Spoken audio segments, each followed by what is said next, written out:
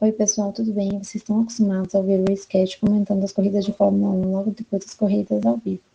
Mas esse aqui é um novo projeto. A gente vai estar comentando o Beyond the Grid, podcast da Fórmula 1. Então, esse aqui vai se chamar Além do Beyond the Grid, que são os nossos comentários sobre o que foi comentado no Beyond the Grid. Esse aqui em especial é sobre o Charles Leclerc, o último Beyond the Grid dele, comentando além da vida nas pistas, então sua vida pessoal, seus hobbies e tudo mais. E a gente também vai falar sobre as expectativas da temporada. Neste podcast, eu e Laura convidamos a Isa do time Leclerc do Twitter.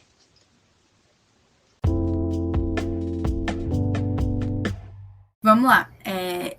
Hoje a gente vê aqui o Charles Leclerc, que participou do Beyond the Grid, que é um podcast oficial da Fórmula 1. Charles Leclerc, monegasco, 25 anos, familiar para muita gente, mas a gente vai apresentar algumas coisas deles aqui. 5 vitórias na Fórmula 1, 24 pódios, 18 pole positions, um título na Fórmula 2 e um título na GP3, que hoje é a Fórmula 3.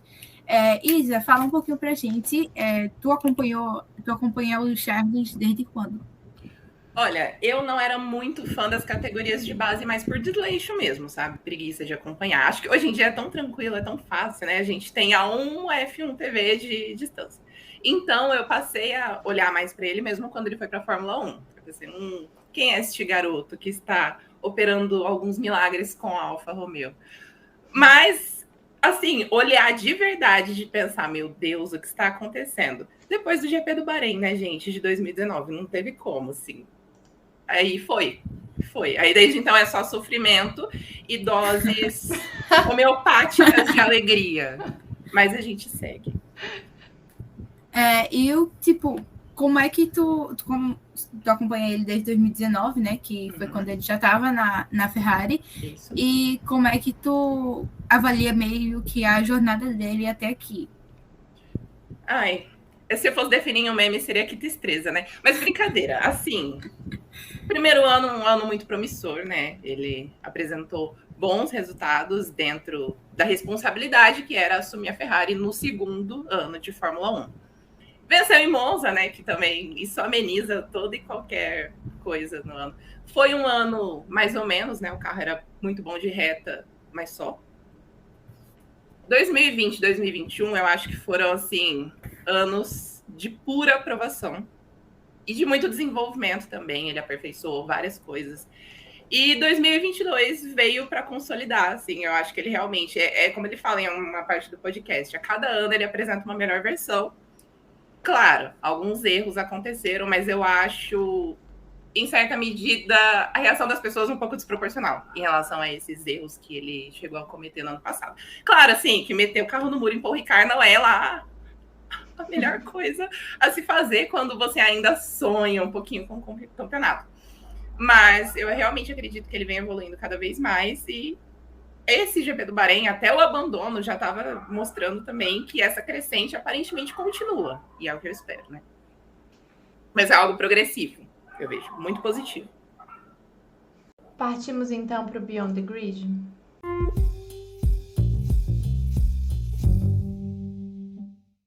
Vamos dar aqui meio que uma visão geral do que foi o podcast, né? O podcast ele foi gravado durante a pré-temporada e a gente está gravando isso entre o GP do Bahrein e o GP da Arábia Saudita, só para meio que atualizar aqui o quem está escutando, porque a gente não vai falar nada do GP da Arábia Saudita ainda. Ele falou muito sobre tudo e, assim, foi um episódio realmente muito legal para conhecer o Charles Leclerc, tanto como pessoa quanto como piloto. A gente acompanhou ele, inclusive, aí, muitas coisas que ele fez nessas férias. Escalada no gelo, piloto de avião, dublou o filme do Buzz Lightyear, tocou piano, toca violão, jogou tênis. Tem alguma coisa que esse monegasco não faça? Porque, assim, férias de inverno, geralmente, principalmente pra gente que é de Portal, é muito mais tranquilo, né? Tipo, a gente não posta nada, fica procurando coisa que postar. Mas, assim, né? Pro time Leclerc deve ter sido difícil porque ele fez muita coisa. Não, do nada, era gente Ele tá na Itália. Gente, ele tá escalando. Gente, uma foto aqui. É sempre uma surpresa. Ele realmente não parou. Não parou. Mas ele nunca para. Esse é um caos. Um dia que Porque me surpreendeu sempre... também foi quando ele tava no rolê com o Esteban Ocon e com o Pierre Gasly. De repente, assistindo NBA, assim, gente, ele gosta de basquete? Como assim? Não, e assim, eu acho a relação dele com esportes que não sejam automobilismo totalmente caótica, né? Porque ele é péssimo jogando futebol.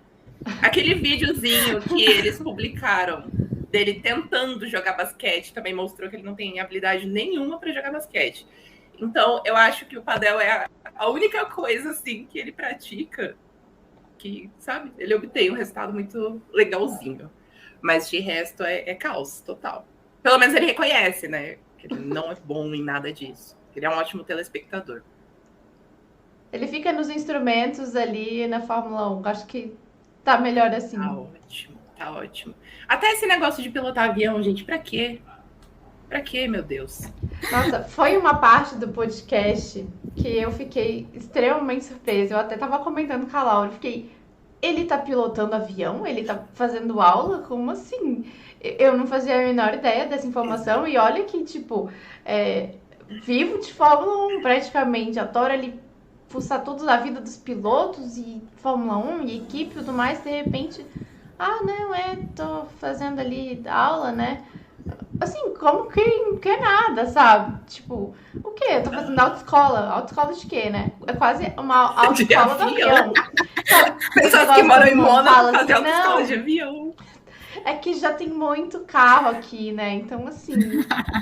Eu já tenho um barco, eu já tenho um carro, agora vamos pilotar. Mas essa história dele pilotar avião surgiu no ano passado. Ele deu uma entrevista, assim como quem não quer nada, falando que ele estava aprendendo para um desses portais italianos.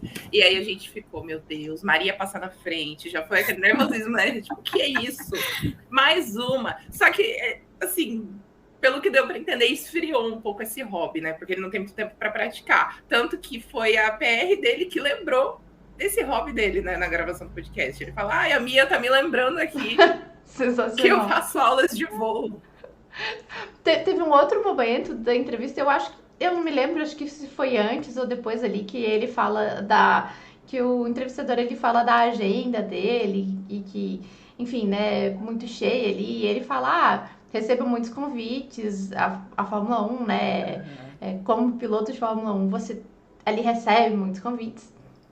Aí ele fala assim, eu tenho que recusar alguns, né? Então eu acho que isso aí dela lembrar ele da agenda dele é realmente tipo, olha, eu faço tanta coisa, eu recebo tanto convite que eu nem lembro que eu tava fazendo a aula de pilotagem, que não é uma coisa básica, né? Assim.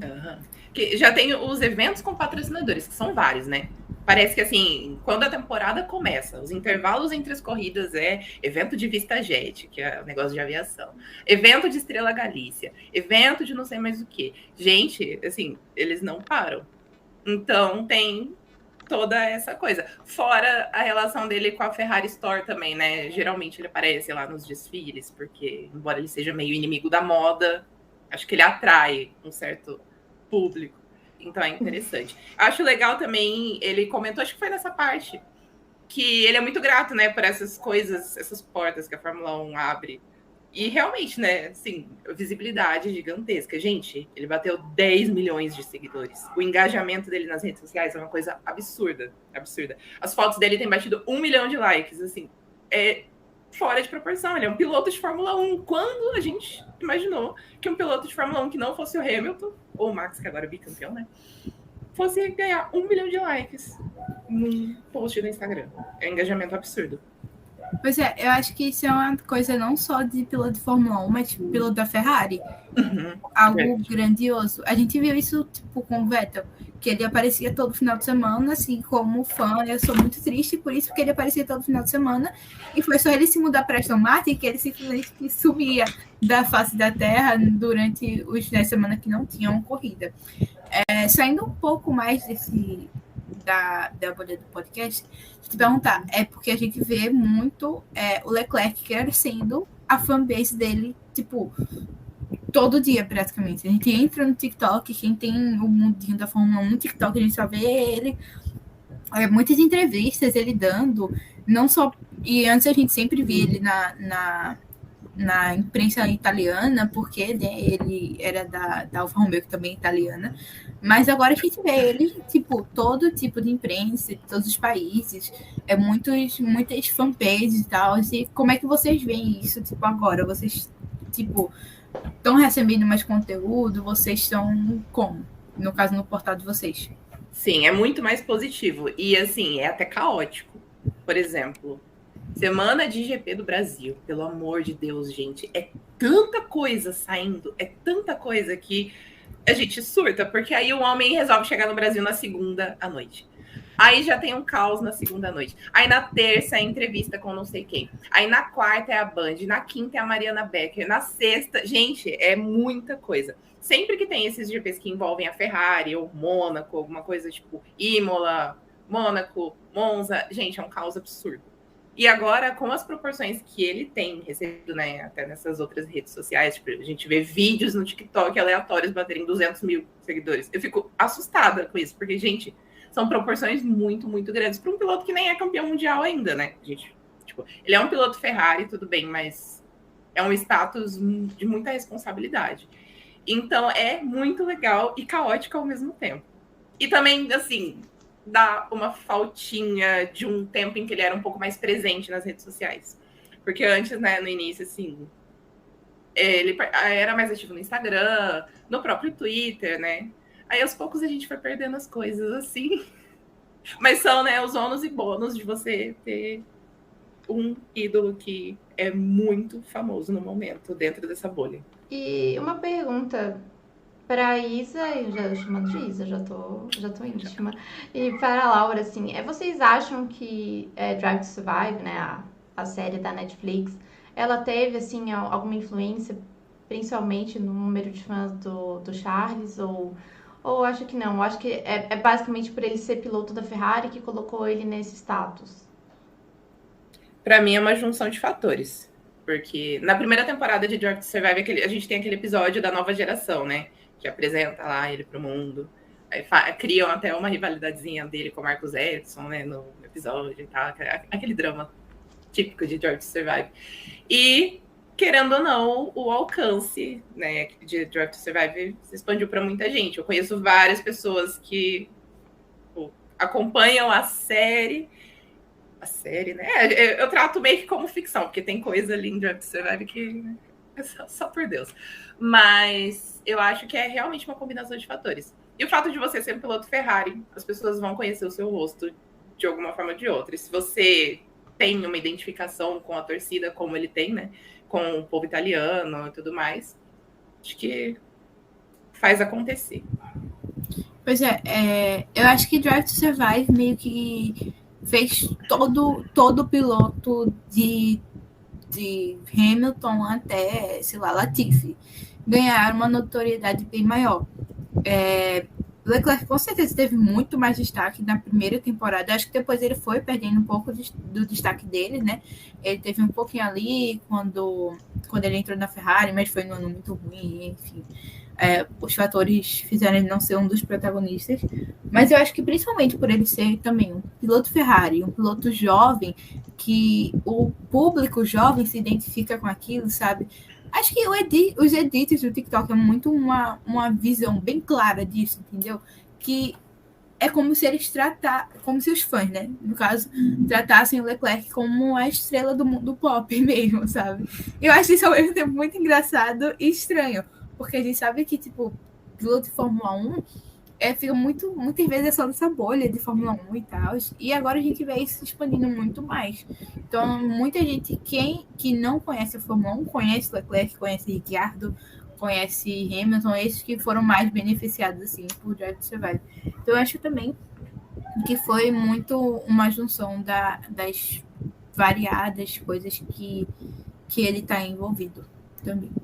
É verdade. A popularização da Fórmula 1 foi para um lado muito doido. Gente, eu jamais pensei que eu veria, por exemplo, na comunidade fã-clube mesmo, porque antes as pessoas usavam mais perfis pessoais, né, e tudo mais. E hoje em dia, a maior parte dos perfis são de fã-clubes, né? São pessoas que às vezes a gente não consegue identificar por foto, nem nada. E eu acho que isso também é muito da popularização, né, de Drive to Survive, que trouxe esse outro público, esse outro olhar, pessoas mais jovens. Tipo, eu vejo gente na minha timeline falando que tá indo pra escola, eu fico, gente, meu Deus. Porque antes, o rótulo que a gente recebia era que Fórmula 1 era coisa de pessoas mais velhas, né? Então, Exatamente. É muito chocante ver isso, muito chocante. O Charles, eu acho que ele soube lidar muito bem, assim, com a fama que ele foi ganhando. Eu vejo, principalmente, quando ele chega aqui no Brasil, enfim, nos últimos anos ali, a recepção ali, a gente sabe que tem muito fã em aeroporto, em hotel, e não adianta falar assim, pessoal, não vá no aeroporto, não vá pro hotel. Todo mundo vai. Ponto. Mas ele não é uma estrela pop. E, de certa forma, ele é. Entende? Eu acho que as pessoas deveriam compreender isso também. Olha, talvez não deveria ser, mas a Netflix aumentou isso, sei lá, em 300%. Então, se antes ele era só um piloto, agora ele é mais do que isso, porque ele também é uma estrela da Netflix.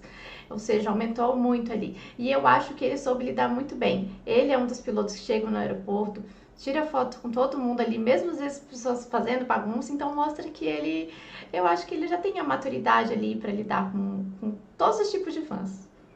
Eu também acho. São várias cenas absurdas que a gente acaba vendo, assim, e que a gente nem acha legal repostar, né, quando vaza esse tipo de vídeo. Tipo, aqui no Brasil mesmo, teve uma mulher agarrando o pescoço dele, assim, pra tentar tirar foto dentro do paddock. E, gente, ela tava literalmente fazendo isso daqui. Acho que foi depois da corrida, isso, não lembro.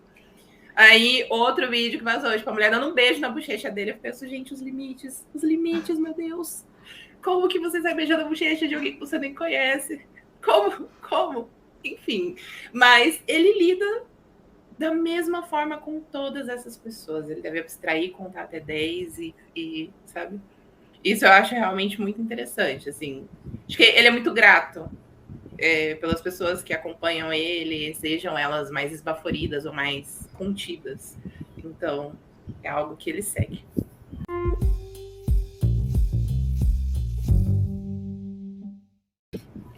Eu acho que a gente pode sair um pouquinho mais desse lado que a gente tá falando do Charles Leclerc como pessoa, estrela pop agora, né?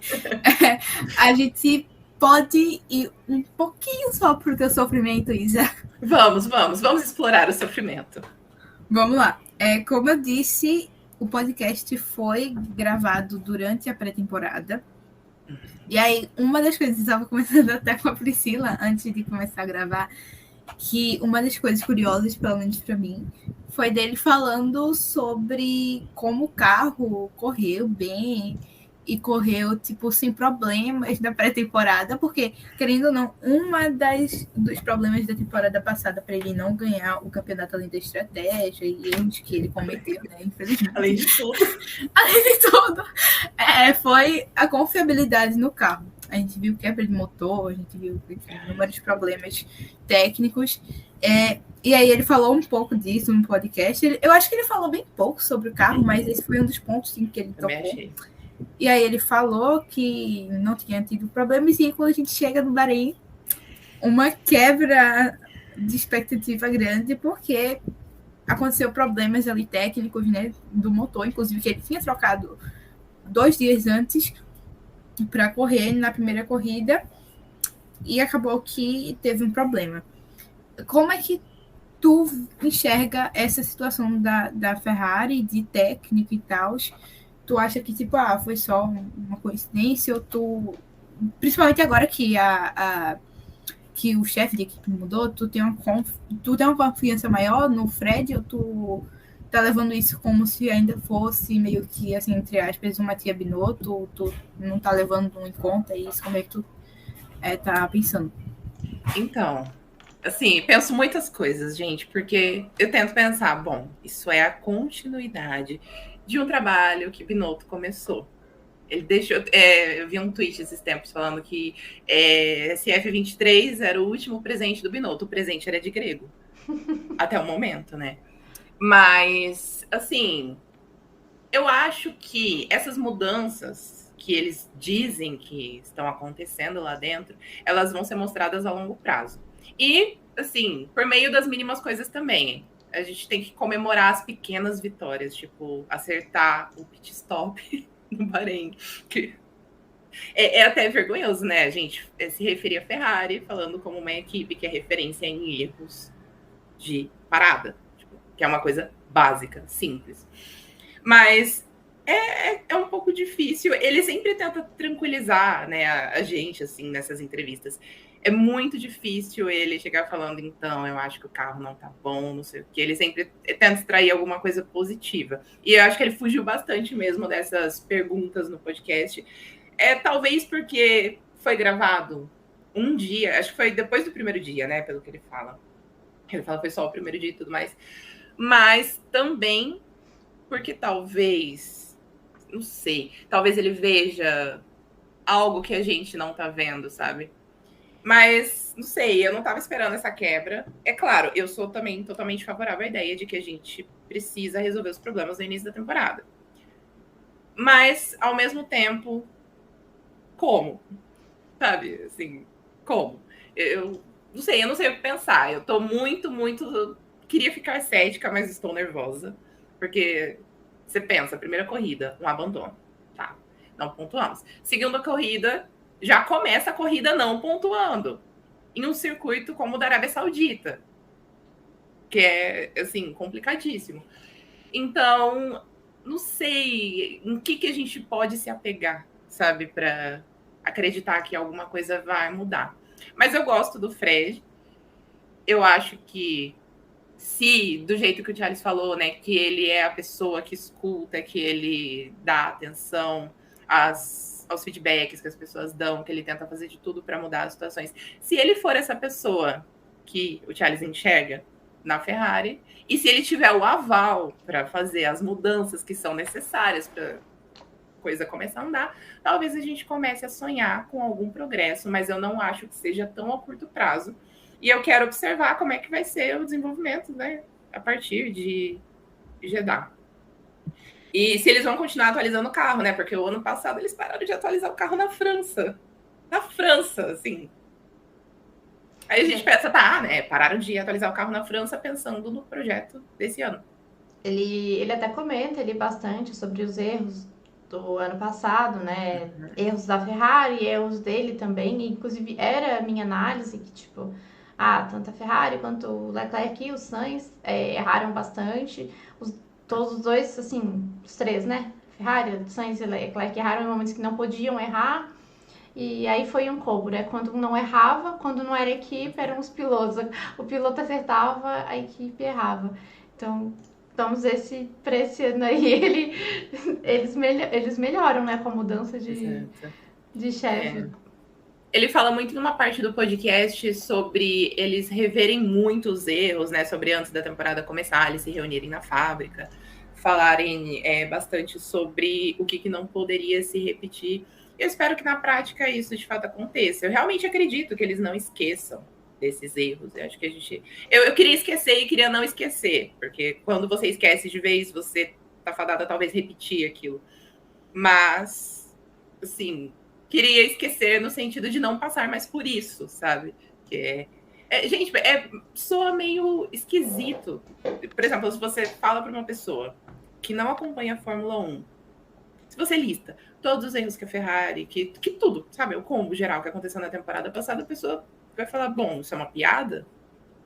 Que isso? É até meio difícil de falar. São erros muito amadores e que eu espero que aos poucos não se repitam, mas eu não sou tão confiante em relação a isso, assim, acontecendo tão rápido. Talvez seja algo muito a longo prazo. Eu acho que é até uma indignação maior para o ferrarista do que para o mercedista, por exemplo. Porque todo mundo que é de fora do mundo da Fórmula 1 enxerga a Ferrari como uma grande vencedora. E realmente. E aí a gente que tá assistindo nos dias atuais fica assim, a Ferrari tá ruim, assim. Quer dizer, ruim não, mas não é a primeira.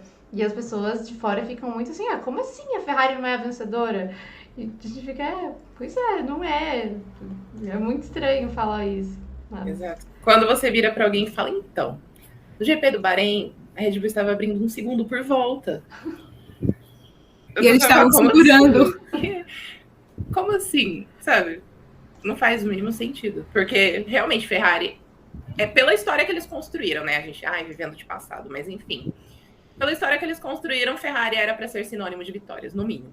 E não é o que a realidade mostra. Teve um outro ponto ali do Beyond the Grid que eu achei muito legal. Até falei pra Laura antes, que são ali das previsões, né? Porque tá ali na pré-temporada, tá todo mundo ali, né? Ah, esse carro tá bom, esse carro não tá, não sei. E aí ele pergunta ali, quem que você acha que vão ser seus principais rivais? E ele fala assim, eu tenho certeza que a Mercedes vai estar ali na briga, né?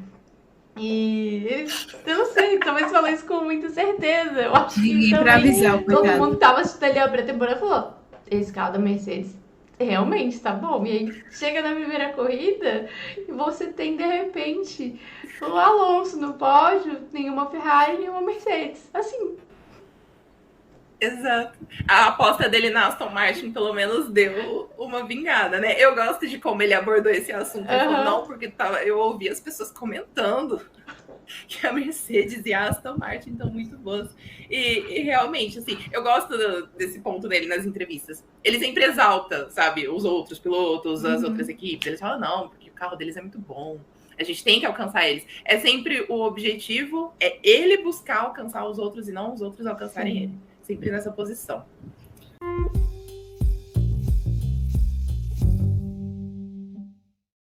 Falando sobre, do meu ponto de vista, eu acompanhei a Ferrari por muito tempo, justamente porque eu sou uma das maiores fãs do Vettel, então eu estive fadada a isso, e aí, né, a vida tem dessas, mas a gente viu, 2019, 2020 muito ruim, 2021 também foi ruim ali, mas já estava, melhorando. E aí veio 2022, onde acabou a dominância da Mercedes, a Red Bull conseguiu ali, de novo, né, o segundo campeonato dela com o Max Verstappen. E aí veio a Ferrari logo em seguida como vice-campeã.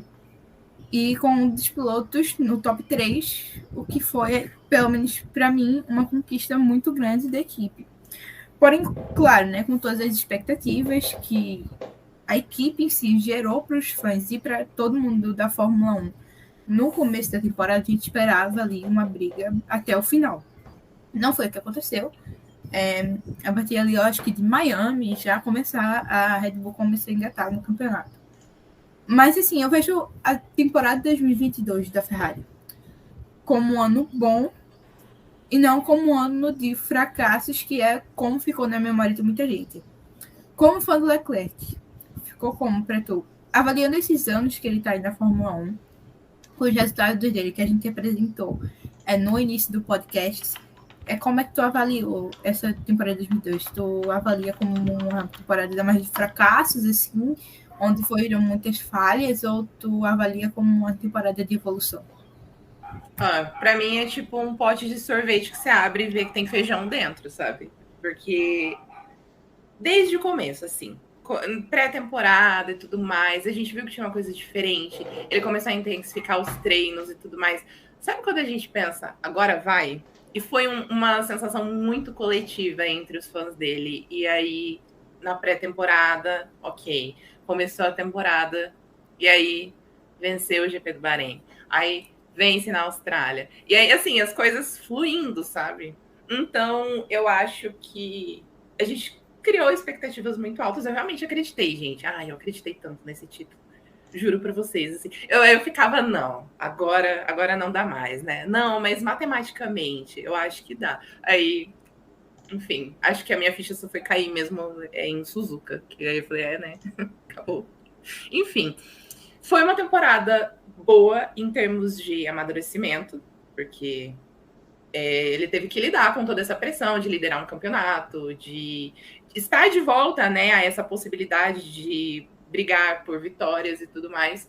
Esteve em ótimas batalhas ao longo da temporada, ótimas disputas e que quase me matavam no coração com o Max, por exemplo. É uma temporada positiva, se a gente pensar na temporada de 2020, na de 2021 e até mesmo na 19. onde, assim, não tinha como a Ferrari ganhar muitas corridas. Mas pensando no que a gente esperava que poderia acontecer nessa temporada, foi uma decepção. O conjunto da obra, sim. Então, em relação a 2021, positiva, mas em relação ao que a temporada tinha para oferecer, decepção.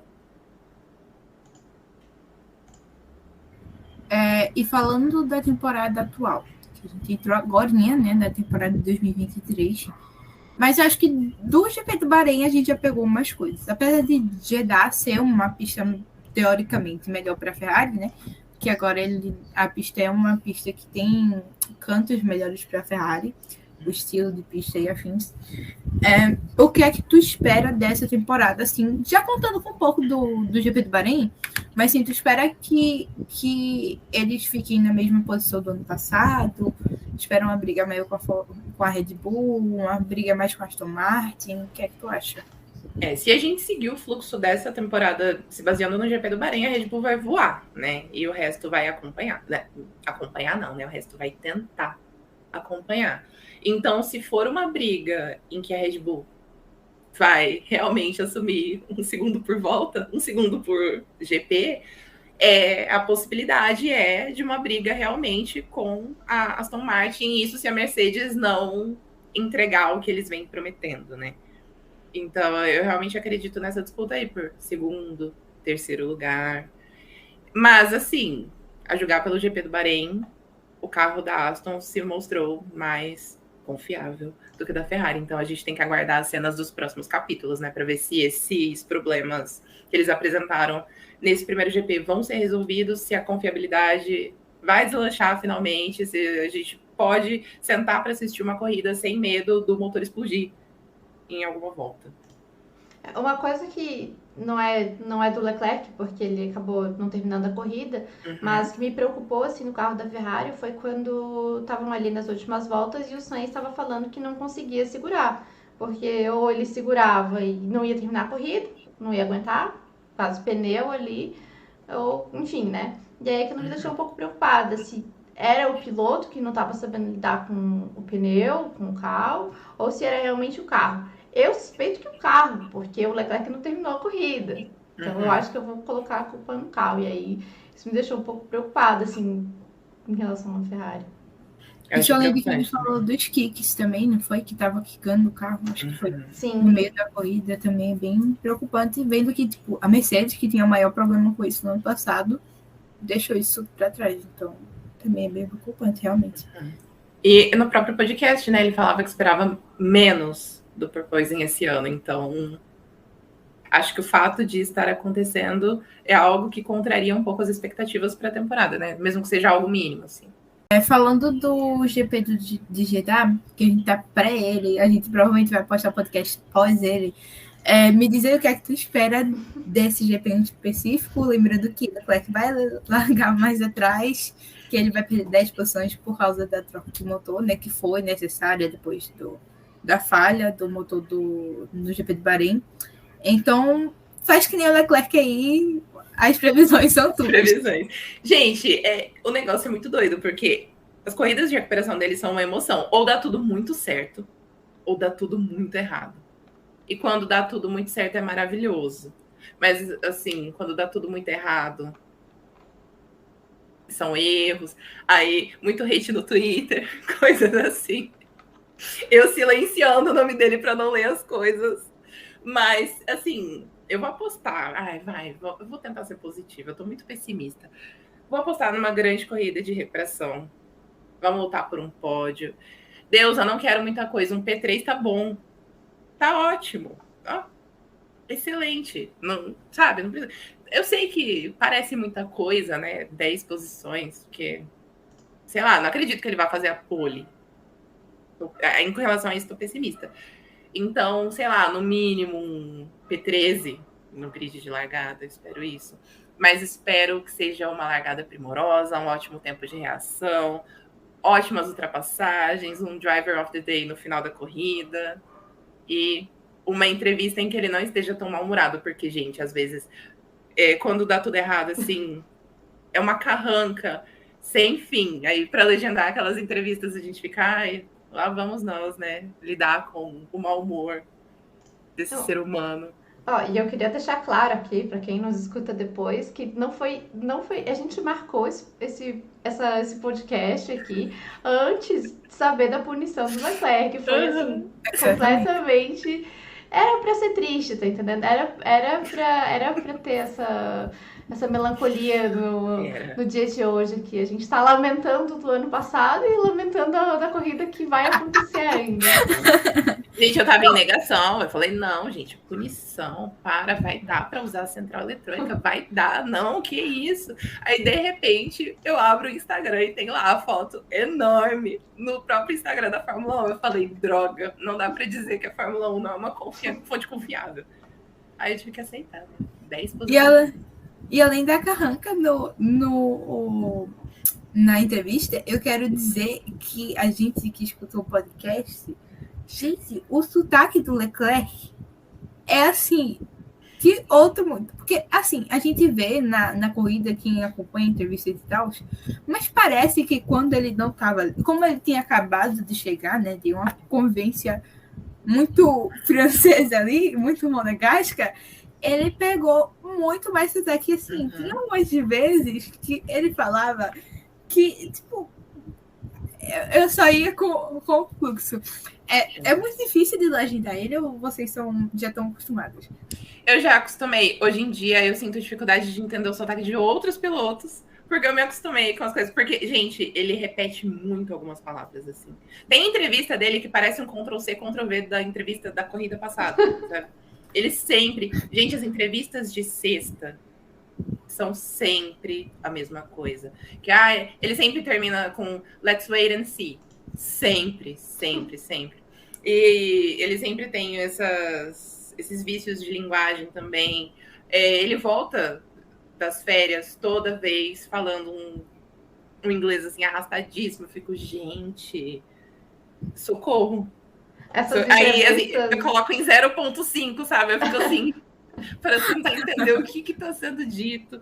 Mas assim, a gente acostumou. No início era um pouco desafiador, mas a gente vai ganhando um pouco de confiança também, né? E é meio que como se você convivesse unilateralmente com a pessoa, né? Que você tá sempre vendo entrevista, acompanhando. Você meio que decora, né? O jeito como a pessoa vai falar, o que ela vai falar, o que você espera que ela fale, né? Depois de um abandono, depois de uma corrida positiva. Enfim, é um padrãozinho que ele segue. Ele é muito bem moldado pelas relações públicas dele. É verdade, concordo. Acho muito bem feito. Mesmo quando ele tá estressado ali, ele se comporta direitinho. Exato. Orgulho da Mia. Bom, eu acho que tem mais alguma coisa do podcast pra gente falar?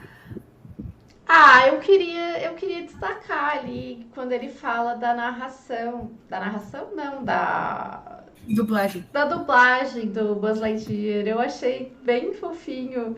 Até a Laura tava lembrando também das dublagens de carros, né? Que os pilotos de Fórmula 1 também participaram.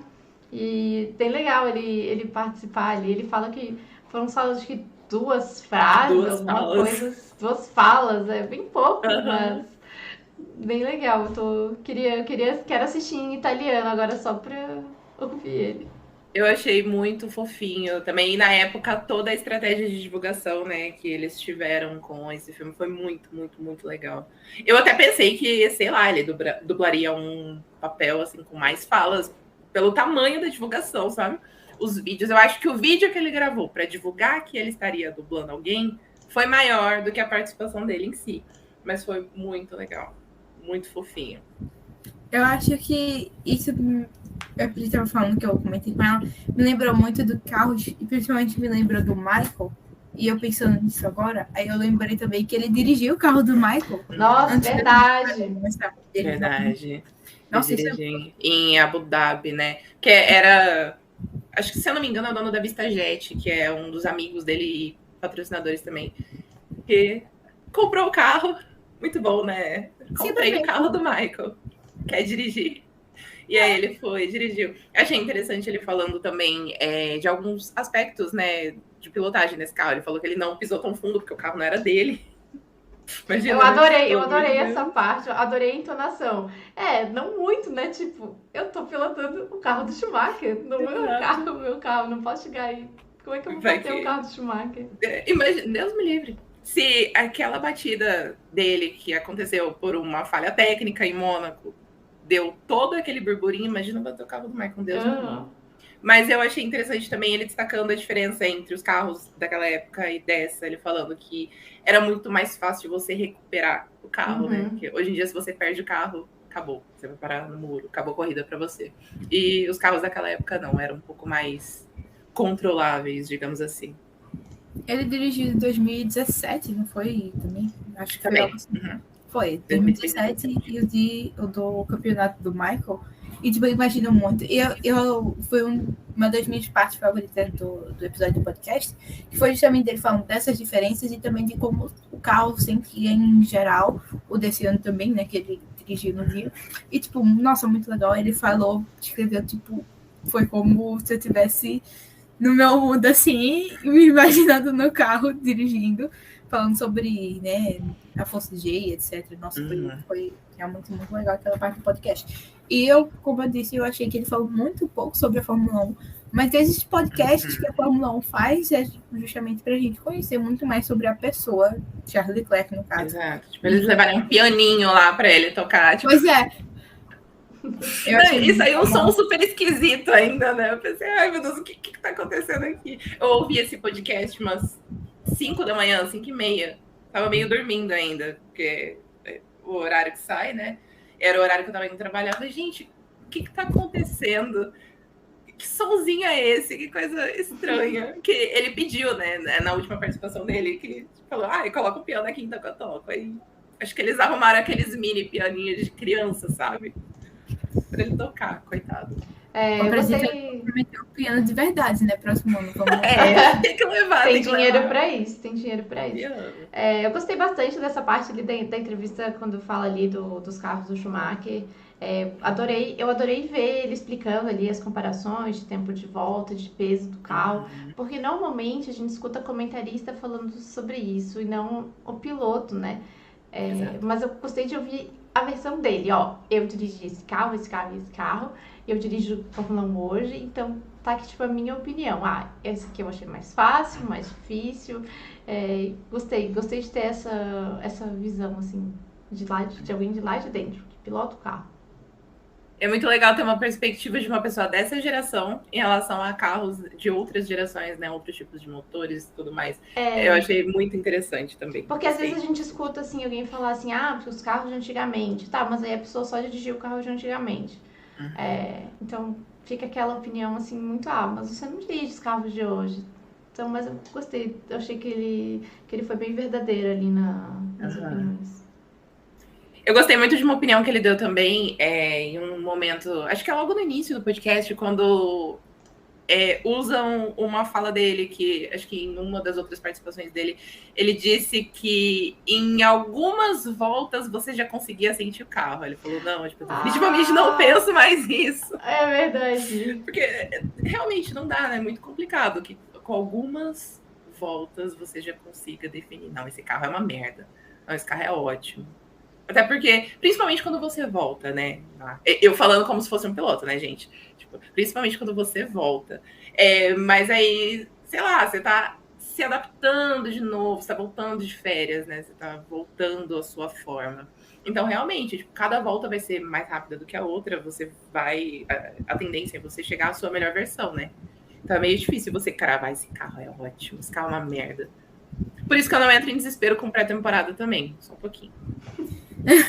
Eu acho que isso mostra muito do que a gente falou quando a gente estava falando das entrevistas e tal, e etc, dos erros dele que ele cometeu no ano passado, da maturidade dele que ele tem em lidar com isso, né? A gente viu a explosão dele em Paul Ricard, por exemplo, e tipo, aquele foi um momento que mostrou mais o Charles Leclerc como um piloto jovem, que tipo, totalmente compreensível. Alguns momentos ter essa explosão e tal, mas eu acho que mostra muito da maturidade dele, como o que ele falava antes, né, que sabia, em algumas voltas ele sabe se o carro nasceu bem ou não, e agora ele já admite que não é mais assim, enfim, eu acho que isso mostra muito da maturidade dele como pessoa, assim, também, de como ele lidar com a mídia, etc. Principalmente por causa do que a gente falou no começo, da fama dele que ele ganhou, com cuidado maior que ele tem que ter com as palavras, etc.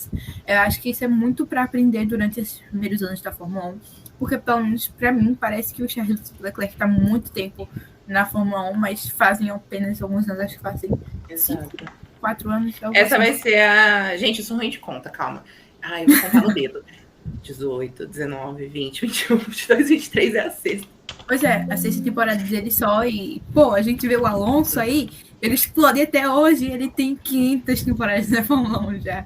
Então, acho que isso mostra muito de quem o Leclerc pode ser como personalidade da Fórmula 1, né? Porque, querendo ou não, a gente sabe que Hamilton está próximo de se aposentar, Vettel se aposentou, e agora são essas novas gerações que vão tomar a Fórmula 1, que vão representar o esporte que a gente tanto ama. Então, é bem legal ver essas pessoas evoluindo, essas pessoas aprendendo a como cuidar do esporte acima de tudo. Ele, o George Russell, que é uma personalidade muito presente ali, né? Na diretoria, como é que chama? Diretoria, GPDA. Na GPDA. Isso, GPDA. Muito legal ver tudo isso.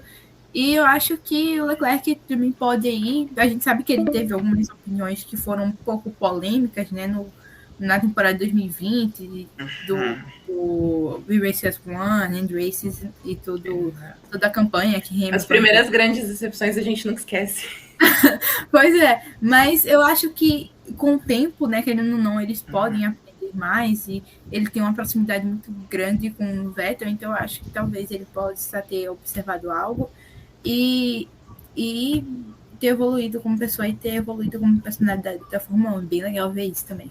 Sim, eu acredito e espero, né, que essa coisa seja progressiva, porque, assim, existem coisas que a gente não pode aceitar, né, mesmo você sendo muito fã da pessoa, não dá pra gente fingir que a gente não viu, pra gente ignorar, ou simplesmente, assim, acaba sendo conivente com esse tipo de situação. Então, eu acho que aos poucos esse amadurecimento vem. É muito interessante que hoje em dia essas novas figuras da Fórmula 1 têm até menos tempo, né, em relação às pessoas de outras gerações para amadurecer. O Hamilton mesmo, o próprio Vettel. Acho que eles não tinham tanta mídia assim em cima deles igual essa geração tem agora, que assim, tá tudo ao alcance de um clique, né? Literalmente. Qualquer coisa mínima que eles façam repercute de uma forma cobrança por posicionamento. Gigantesca, exato. Existe uma cobrança por posicionamento que antes não existia. Isso é bom. A gente tem que tirar essas pessoas, ainda mais figuras públicas com tanta visibilidade, da zona de conforto. Então, eu realmente acredito e espero que ele esteja nesse caminho para ser uma pessoa que faça a diferença além de ser um piloto. Porque, ótimo, ele é um piloto maravilhoso, mas como pessoa, não duvido que ele seja também uma pessoa maravilhosa, mas espero que ele use essa voz e essa plataforma que ele tem para fazer a diferença na vida de outras pessoas dessa forma também. Gente, acho que vamos partir para o encerramento do nosso bate-papo aqui.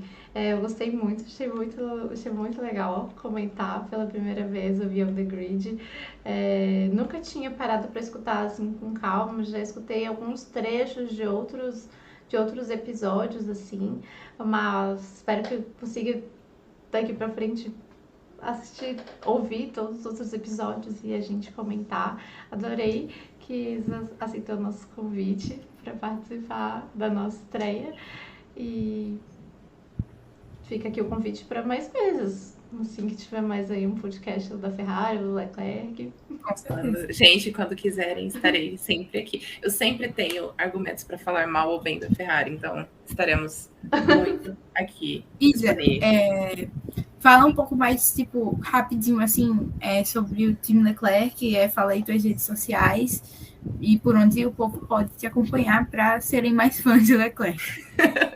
Porque no meu perfil só tem Leclerc, coitados. Enfim, gente, o team surgiu em 2019. Surgiu mesmo dessa necessidade da gente se reunir e falar sobre este cidadão. E então, a gente começou a criar um canal de comunicação entre as pessoas e tudo mais, trazer notícias, informações, replicar, na verdade, né? E foi se tornando, assim, algo muito especial pra gente, foi tendo um alcance legal também, e hoje em dia, assim, eu mesmo não vejo mais a minha vida sem o Tim, sabe? É uma extensão muito, muito, muito especial pra mim, e para as outras meninas também. A gente tá sempre ali nessa coisa, às vezes é muito cansativo, né? Porque a gente tem que conciliar essa rotina maluca que a gente tem, às vezes, assim, legendar vídeo à noite, ou entre um horário de almoço, alguma coisa assim, ver as entrevistas. Nem sempre a gente consegue atualizar toda a hora, porque são vidas muito corridas que a gente tem. Mas fica sempre essa intenção de tentar aproximar mesmo ele desse público brasileiro, de fazer as pessoas terem um outro olhar, um olhar mais de fã, um olhar mais diferente, porque talvez as pessoas não se atentem tanto a essas entrevistas pós-corrida, que não vão rolar em lugar nenhum, sabe? Então é interessante trazer essa visão do piloto e tudo mais, e fazer com que as pessoas vejam ele com os nossos olhos também. Acho que é interessante fazer acontecer assim. Se a gente conseguir fazer minimamente assim a diferença em relação à imagem dele aqui no Brasil, pra gente já tá ótimo. Bom, sigam Leclerc Team no Twitter. Gente, qual é o user do Instagram? Não lembro. Não lembro o user do Instagram. Um momento. 10 minutos. Calma aí. Não, mas assim também, perguntaram uma vez do Racecast, eu fiquei tipo, é portal do Racecast BR, não, mas no Twitter é Racecast BR, eu não sei do Instagram. Eu também não lembro às vezes, a pessoa pergunta qual gente, é o Racecast, a pessoa não é, eu falei, não é? Então. Não, tem certeza. Então, não sei.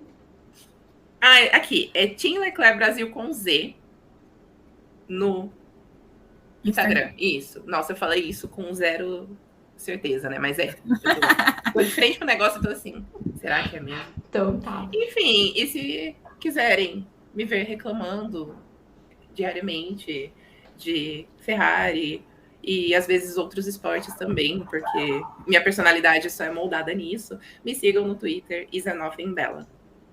Estarei lá. Obrigada, Isa. Obrigada, Laura. Eu que agradeço. Foi muito especial, gente. Adorei. Foi incrível. Muito obrigada, Isa, por estar aqui. Foi muito legal.